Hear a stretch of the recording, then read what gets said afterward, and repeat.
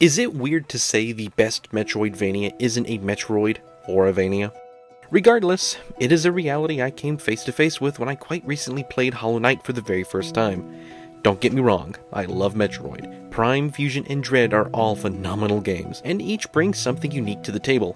But Dread does stand out as my personal favorite among the 2D entries. That's why, for the sake of clarity and focus, I'll be using Dread as the point of comparison. Now obviously these games are very different, which would usually make a direct comparison unfair, but in this case they share the same core DNA. Interconnected worlds, non-linear exploration, and gradual power progression among other things, meaning we can judge how each game approaches these shared principles and where one might outshine the other. And along with gameplay, we'll also be comparing their story and world building. Both of these games, despite being in the same genre, are their own thing. Never when playing Hollow Knight do I feel like I do playing Dread, and never in Dread do I feel like I do when I play Hollow Knight. And that is thanks to the different ways they both handle the essence of Metroidvanias. So what is the essence of Metroidvanias? Better yet, what is essence? Game essence is what makes any given game fun, which most of the time is a balance between risk and reward, and the differences in that balance is what makes games unique. So what are some of the principles that both of these games share? They are both 2D platformers. They both start you out with limited basic controls. They both start you out with a weak attack and low health. They both have an upgrade system that depends on exploration. And they both have an explorative, interconnected world that becomes more open as you gain upgrades. And there it is. That is the essence of Metroidvanias. The world, or level design, demands specific upgrades to advance. Yet, those very upgrades can only be found by progressing. It's paradoxical, I know. This is what's known as a gameplay loop. Metroidvanias are based on this concept through the lock and key system, where progress isn't just about moving forward, but about earning your way forward. At its most basic level, the risk in a Metroidvania comes from exploration. You have to face challenging enemies or tricky platforming. However, you are rewarded with a new ability, upgrade, or shortcut that makes exploration or combat easier, but opens up even more dangerous areas to explore. This cycle continues, constantly feeding into itself. This is one of my favorite gameplay loops because it creates a deep sense of accomplishment. I love looking at a long list of levels I've beaten in Mario, and in Zelda, solving shrines to go stronger is undeniably satisfying, but there is something different about a reward that isn't just a trophy or more health or stamina, but instead a new way to interact with the world. I think it is quite obvious a reward that doubles as a trophy and a tool is far superior. This is why Metroidvanias excel at making exploration or combat itself the reward. Not just what you find or fight, but how the act of platforming, fighting, or discovery in itself is fun. And this is where Hollow Knight first gains a bit of an edge over Metroid Dread. The rewards of Hollow Knight are simply, well, more rewarding. Here's an example. One of the first abilities you gain in Metroid Dread is the Charge Beam. This is the first upgrade to Samus's arm cannon and allows Samus to unleash a more powerful shot by holding down the Y button. It works as a key by opening Charge Beam doors which were previously inaccessible. Good reward, right? But compared to one of the first rewards you get in Hollow Knight, the Mothwing Cloak, which grants the knight a dash, instantly improving mobility in both platforming and combat, the Charge Beam is just not as dynamic. Both abilities serve the same function as a key, but the Mothwing Cloak making you dash over gaps that were once impassable instead of just opening a literal door adds much more to the overall experience. It also makes dodging enemies easier, movement becomes smoother and more fun, and the best part? Mastering the dash makes you better at the game. It doesn't just add power or open doors, it increases your skill level. Now you're probably thinking, you just compared a combat upgrade to a movement upgrade. Of course the one designed for platforming makes exploration better, and you'd be absolutely right. But that's the point. This is where Hollow Knight and Dread really start to diverge in design philosophy, how they handle upgrades. In Dread, most upgrades follow a predictable formula. When Samus acquires a new beam, Wave Beam, Plasma Beam, Diffusion Beam, it usually automatically increases her damage output. Some of these abilities are really fun. The Diffusion Beam, for instance, allows you to hit enemies through walls and platforms, which has its uses. But at the end of the day, most of the beam upgrades serve the same primary function, unlocking new doors and dealing more damage. They don't drastically alter how you engage with the world. They do, but not as much as they could. I'm still opening doors and dealing damage in roughly the same way after getting the Wave Beam. The way I use the arm cannon doesn't really change. Now, of course, not every upgrade in Dread is a beam of some kind. There are also suits, morph ball, Aeion abilities, missile upgrades, and miscellaneous ones. Some of these abilities are really similar to abilities in Hollow Knight, such as a dash or a wall climb, but just because they have the same base function doesn't mean they are equally as dynamic. A tool is only as useful as there are uses for it. In Hollow Knight, acquiring the Monarch Wings, the double jump, does not raise your attack. What it does do is give you the ability to get across gaps that were once impossible before, reach higher ledges, and it's very useful in combat situations to dodge or get up and pogo. The game is filled with places to utilize this tool, but it does not really make what you were doing before any easier. If you wish to incorporate the double jump or any of the Hollow Knight abilities into combat or platforming, you must learn it. Once you do, it's usually not that hard. It does make combat and/or exploration easier. Not because you do more damage now, but because you're just better at the game. In fact, upgrading your damage is a completely separate function which involves exploration, sometimes combat, in order to find pale ore, which can then be taken to the nailsmith to increase your nails, swords, attack for a price. You might think that makes no difference, you're still just finding an upgrade, but the difference is how you're engaging with this world to get stronger. In Dread, damage and max health are handed to you in a mostly linear fashion. New beams, missiles, and suits are unlocked as you progress, and each one primarily enhances either combat or traversal in a straightforward way. Your movement stays largely the same, and the game ensures you get the necessary tools and energy tanks when you need them. This is not a bad thing. The system is seamless, it never grows tiring. Nintendo is a master at level design. In Hollow Knight though, your growth feels more organic. Damage and health upgrades aren't just checkpoints along a set path, they're rewards for curiosity, and sometimes even skill-based challenges. Finding pale ore isn't a given, you have to seek it out, whether by exploring hidden areas, overcoming difficult platforming sections, or facing tough enemies. And, because you still have to use in-game currency to purchase the upgrade, it feels like you've really earned it. Because damage and health upgrades are separate from ability upgrades, you're not just following a formula where new tools make you stronger in both aspects at once. Metroid Dread does have missile and bomb upgrades that are hidden throughout the map that require skill or curiosity to find, and of course the energy tanks. But the way I engage with the game in order to find those feels, forgive me for a lack of better words, stiff.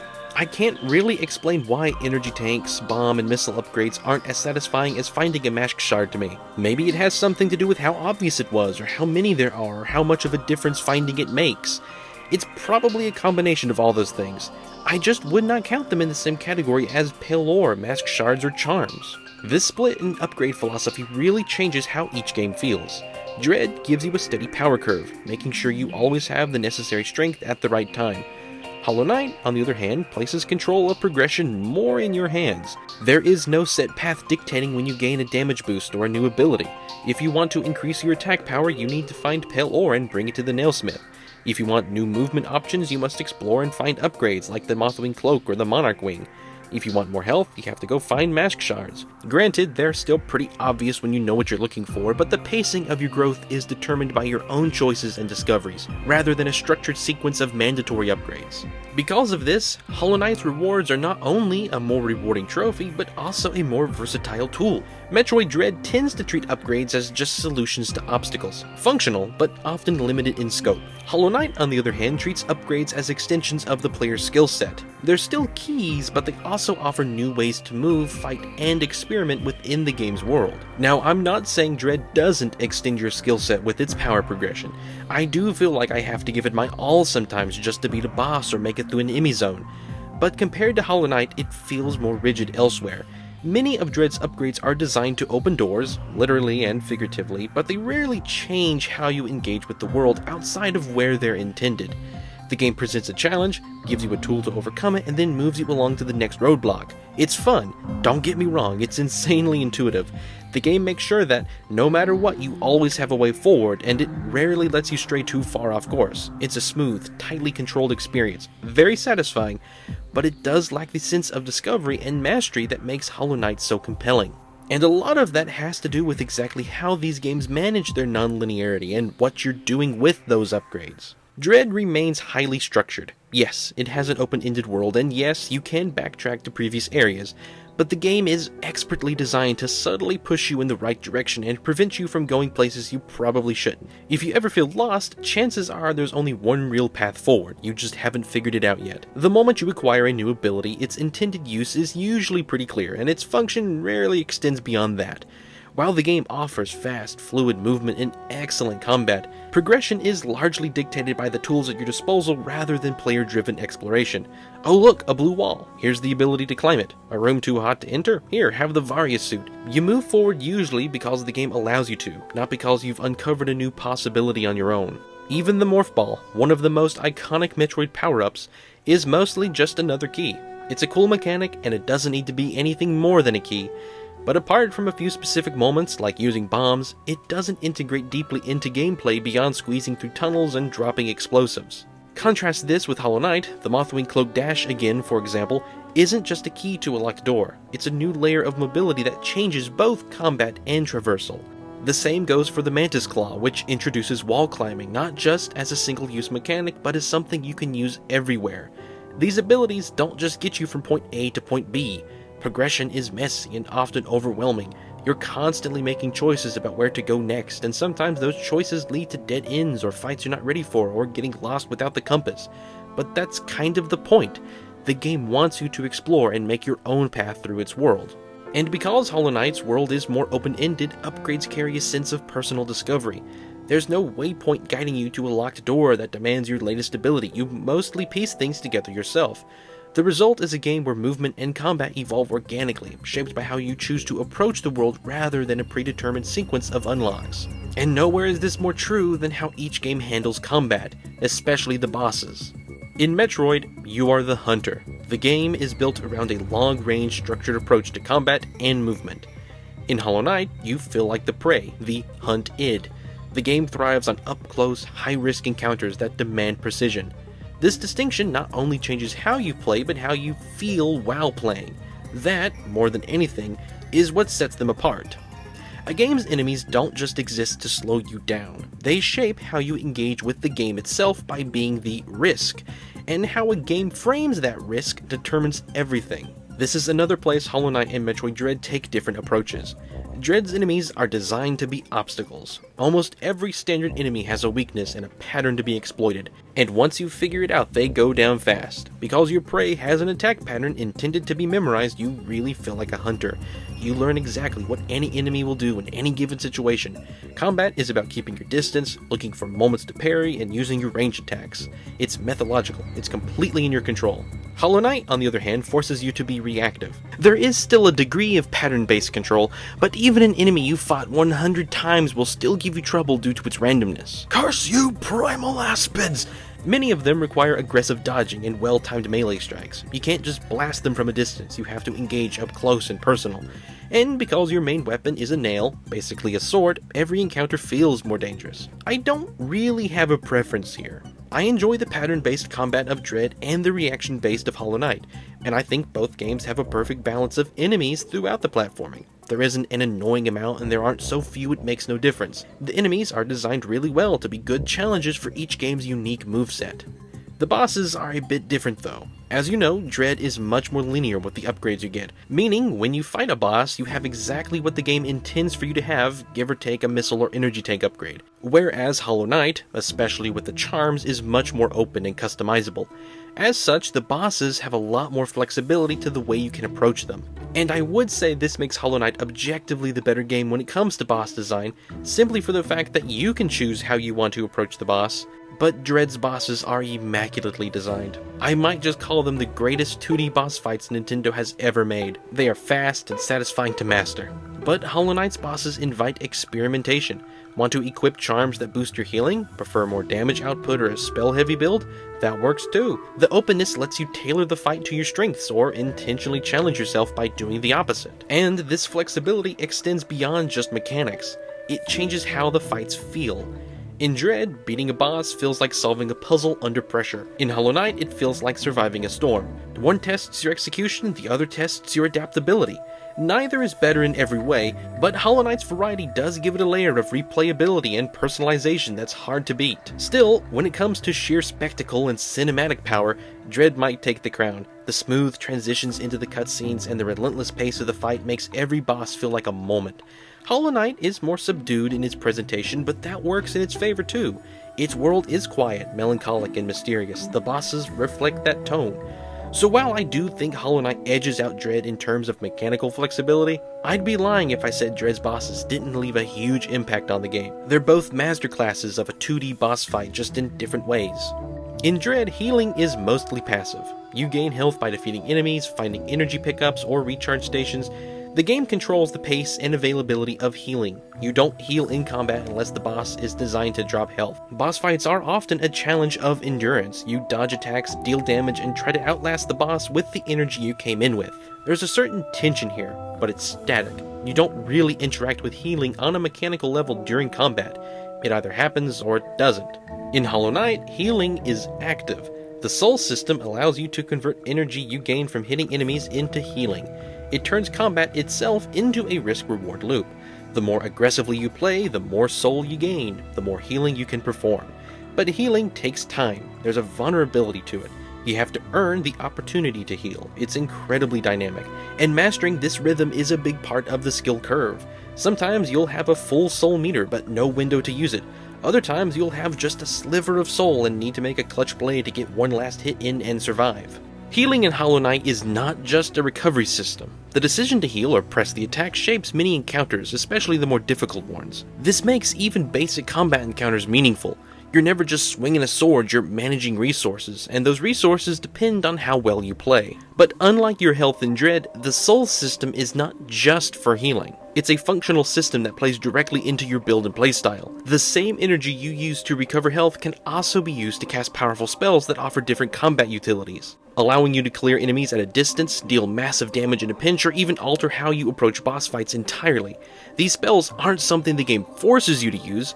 In fact, I next to never use them. But that's my choice. That's why it's great. Do you spend your soul on offense or defense? Charms can modify these abilities, reducing soul cost, increasing spell power, and changing how you gather soul in the first place. This means the way you heal, fight, and explore isn't about what the game gives you, it's about how you choose to engage with the systems. In Dread, the closest comparison to these spells is Aeion. This includes things like Phantom Cloak and Flash Shift. These abilities do provide utility. Flash Shift in particular is a fantastic mobility tool, letting you dodge enemy attacks or quickly reposition, and the way it's incorporated into battle is one of the biggest reasons I consider the fight so good. But you can't earn Aeion energy through aggression. Instead, you wait for it to recharge on its own. You do have to move around or use your weapon to recharge it quicker, which changes things in an enemy zone when you're trying to be stealthy, but that's not an issue in a fight. So it ends up more disconnected from combat in a way that makes them feel more like tools you use when the situation allows, rather than mechanics you build your playstyle around. And unlike Hollow Knight, where you must manage your soul, Dread mostly removes those kinds of decisions from your hands. You don't typically have to choose between invisibility or healing or offense.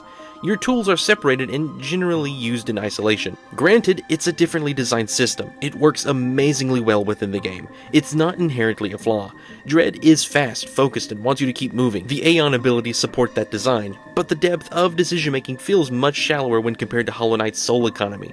Mainly because every hit in Hollow Knight could change things completely. Still, there are similarities. Both games provide these systems as a way to enhance your experience. Obviously, it'd be stupid if they didn't. Flash Shift and the Desolate Dive may feel very different, but both reward timing and knowledge of enemy patterns. Phantom Cloak and Healing Mid-Fight both require you to understand when to risk standing still. They reward patience and awareness. But nowhere is being aware more important than in the E.M.M.I zones. This is one aspect of Dread I wasn't sure I would cover much because there is no real equivalent in Hollow Knight. In fact, other than very select moments like sneaking into the Yiga clan hideout in Breath of the Wild, glory to Master Koga! It's a feeling almost entirely unique to Dread, which is also what gives it its name. The E.M.M.I zones are my favorite part of the game. In most of Dread, you're the most powerful person in the room, but the moment you step into an E.M.M.I zone, all that gets flipped. Suddenly, you're the one being hunted. The game takes away your ability to fight back. What's left is one of the most engaging moments in any 2D game I've ever played, and a genuine feeling of dread. But what makes these zones so special isn't just that they're hard, it's that they're dynamic. The E.M.M.I have real-time tracking, they adapt, they cut you off, they crawl through spaces you can't, and yet the zones themselves are static. The only risk is the E.M.M.I itself. The rooms don't really change, but you change. You get smarter, faster, better at planning escape routes and reacting on instinct. It's also a genius way to pace the game, because just outside the E.M.M.I zones you're back to blasting enemies, exploring, upgrading. This back and forth is unlike anything in Hollow Knight. This is also where we begin to transition from gameplay into world building, because what makes the E.M.M.I zones so effective isn't just the gameplay, but also the atmosphere, world building, and story. The atmosphere of both games share a common theme of loneliness. They both feature a silent protagonist who is on their own for the most part. The protagonist of Dread is Samus Aran. She was sent to the planet of ZDR to discover if the X are still alive and to figure out what happened to the E.M.M.I. Ultimately, the entire thing was orchestrated by Ravenbeak in an attempt to get the Metroid DNA from Samus because she already wiped them all out. The game ends with Samus fully awakening her Metroid powers and defeating Ravenbeak once and for all. It's a relatively straightforward plot with a nice twist, and I'd say it delivers on what most fans would have wanted. But what makes it compelling is how this plot is expressed through the environment. You're not told ZDR is dangerous. You feel it. The sterile mechanical E.M.M.I zones, the flickering lights, it creates a constant tension, and the further up you go, the more that tension changes. This world isn't just a backdrop, it's actively participating in the story. Hollow Knight has a very cold opening. The game doesn't explain to you anything, you have to figure it all out. Who are you? Where are you? Why are you here? What's your purpose? Who are you people? You don't know through most of the game. You piece it together slowly over time, and a lot of the story isn't taking place during your time in this world. 90% of it happened before. The history is essentially the story. The environment again plays a very large role in explaining this world. These aren't RPGs, so there isn't a ton of story to be told, but the tones of each game are amazing still. What carries these stories isn't just dialogue or cutscenes, it's the atmosphere and music.